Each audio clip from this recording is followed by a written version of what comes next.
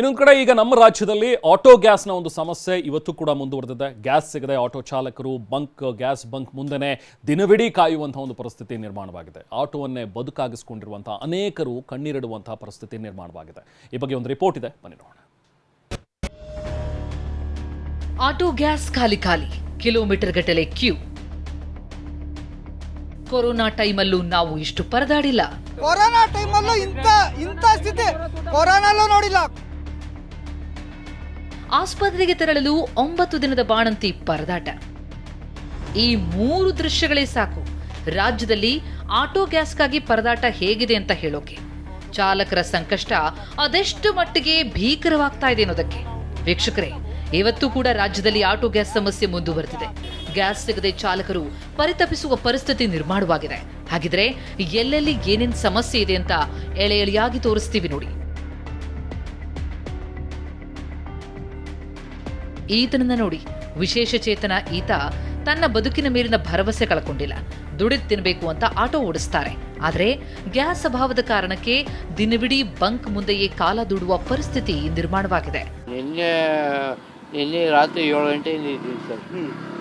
ಇಲ್ಲಿವರೆಗೂ ಗ್ಯಾಸ್ ಸಿಕ್ಕಿಲ್ಲ. ಓಕೆ, ನೀವು ಕೂಡ ಇವತ್ತು ಆಟೋವನ್ನು ಓಡಿಸ್ಕೊಂಡು ಬದುಕು ಮಾಡಿ ಕಟ್ಕೊಳ್ಳೋದು? ಹೌದು ಸರ್, ಹೌದು. ಈ ಥರ ಕಷ್ಟ ಸರ್. ಆದರೆ ಬೆಂಗಳೂರಿನ ಹೊಸಹಳ್ಳಿಯಲ್ಲಿರುವ ಗ್ಯಾಸ್ ಬಂಕ್ ಮುಂದೆ ನಿಂತಿರುವ ಪ್ರತಿಯೊಬ್ಬರದ್ದು ಇದೇ ಪರಿಸ್ಥಿತಿ. ಇಂಥ ಕಷ್ಟ ನಾವು ಯಾವತ್ತೂ ಅನುಭವಿಸಿಲ್ಲ ಅಂತ TV9 ಬಳಿ ಅಳಲು ತೋಡ್ಕೊಂಡಿದ್ದಾರೆ. 11 ಗಂಟೆಗೆ ಬರುತ್ತೋ ಇಲ್ವೋ ಗೊತ್ತಿಲ್ಲ, ಅದು ದೇವರಿಗೆ ಗೊತ್ತು. ಕಾಯ್ತಾ ಇದೀವಿ ಡ್ರೈವರ್ಗಳು. ನಮ್ಮ ಹೊಟ್ಟೆ ಪಾಡಿಗೆ ಅವ್ರು ಹೊಡಿದೇ ಹೋದ್ರೆ ಸಾಕು, ನಮಗೆ ಊಟ ಸಿಕ್ಕಿದ್ರೆ ಸಾಕಾಗಿದೆ. ಯಾವತ್ತೂ ನೋಡಿಲ್ಲ. ಕೊರೋನಾ ಟೈಮಲ್ಲೂ ಇಂಥ ಸ್ಥಿತಿ ಕೊರೋನಾಲ್ಲೂ ನೋಡಿಲ್ಲ. ಬೆಂಗಳೂರಿನ ಮೂಡಲಪಾಳ್ಯದಲ್ಲಿನ ದೃಶ್ಯವನ್ನೊಮ್ಮೆ ನೋಡಿ. ಗ್ಯಾಸ್ ಹಾಕ್ಸೋದಕ್ಕೆ ಸರಿಸುಮಾರು 2 ಕಿಲೋಮೀಟರ್ ವರೆಗೆ ಆಟೋಗಳು ಸಾಲುಗಟ್ಟಿ ನಿಂತಹ ದೃಶ್ಯ ಗ್ಯಾಸ್ ಅಭಾವಕ್ಕೆ ಕನ್ನಡಿ ಹಿಡಿದಿದೆ.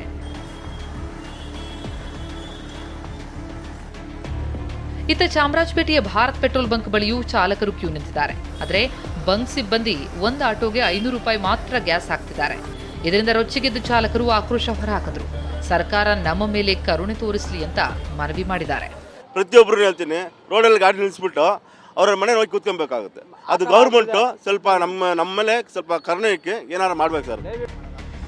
ರಾಜಾಜಿನಗರದ ರಾಜ್ಕುಮಾರ್ ರಸ್ತೆಯಲ್ಲಿರುವ ಬಂಕ್ಗೆ 10 ಆಟೋಗಳು ಬರ್ತಾ ಇವೆ. ಇಲ್ಲಿ TV9 ಜೊತೆಗೆ ಮಾತನಾಡಿದ ಆಟೋ ಚಾಲಕರು, ಮೋದಿ ಸಾಹೇಬ್ರೆ ನಮಗೆ ಸಹಾಯ ಮಾಡಿ ಅಂತಿದ್ದಾರೆ.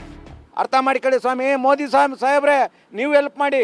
ನೀವು ಇಲ್ಲಿ ಕರ್ನಾಟಕದ ನಿಮ್ಮ ಸರ್ಕಾರ ಅಂತೇಳಿ ಇದು ಮಾಡೋಕೋಬೇಡಿ, ಇನ್ಲೆಟ್ ಮಾಡೋಕೋಬೇಡಿ. ದಯವಿಟ್ಟು ನಮಗೆ ಹೆಲ್ಪ್ ಮಾಡಿ. ಗ್ಯಾಸ್ನ ಮಾತುಕತೆ ಆಡಿ, ನಮಗೆ ಗ್ಯಾಸ್ ತಂದ್ಕೊಡಿ, ನಮ್ಮ ಜೀವನ ಆಗ ಇದು ಮಾಡಿ. ಬೆಂಗಳೂರಿನ ನಾಗರಬಾವಿ ಸರ್ಕಲ್ನಲ್ಲೂ ಚಾಲಕರು ಪರದಾಡ್ತಿದ್ದಾರೆ. ಗ್ಯಾಸ್ ಇದ್ರೆ ಸಂಪಾದನೆ, ಇಲ್ಲ ಅಂದ್ರೆ ಇಲ್ಲ.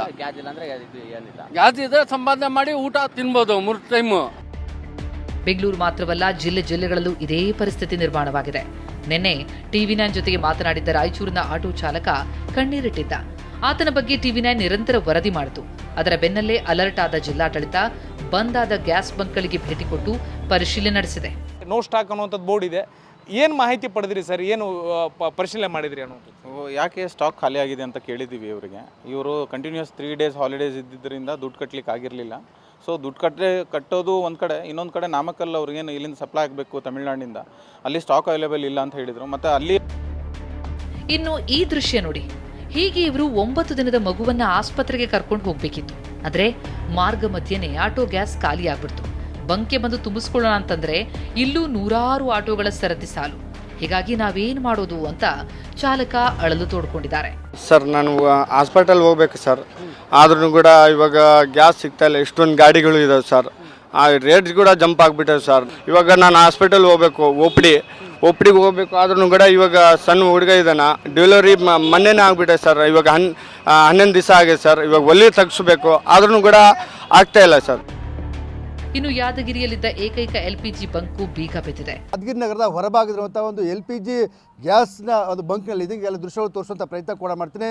ಯಾದಗಿರಿ ಜಿಲ್ಲೆಯಲ್ಲಿ ಏಕೈಕ LPG ಗ್ಯಾಸ್ ಬಂಕ್ ಇರೋದು, ಅದು ಕೂಡ ಈಗ ಬಂದ್ ಆಗಿರುವಂಥದ್ದು. ಅಂದರೆ ಕಳೆದ 2-3 ದಿನಗಳಿಂದ ಕಂಪ್ಲೀಟಾಗಿ ಏನು LPG ಸಪ್ಲೈ ಇರೋದ ಕಾರಣಕ್ಕಾಗಿ ಕಂಪ್ಲೀಟಾಗಿ ಈಗ ಬಂಕನ್ನು ಬಂದ್ ಮಾಡಲಾಗಿದೆ. ಹೀಗಾಗಿ ಸಾಕಷ್ಟು ಹುಬ್ಬಳ್ಳಿಯಲ್ಲಿ ಬಂಕ್ ಮಾಲೀಕರು ಆಟೋ ಗ್ಯಾಸ್ಗೆ ಲಿಮಿಟ್ ನಿಗದಿ ಮಾಡಿದ್ದಾರೆ.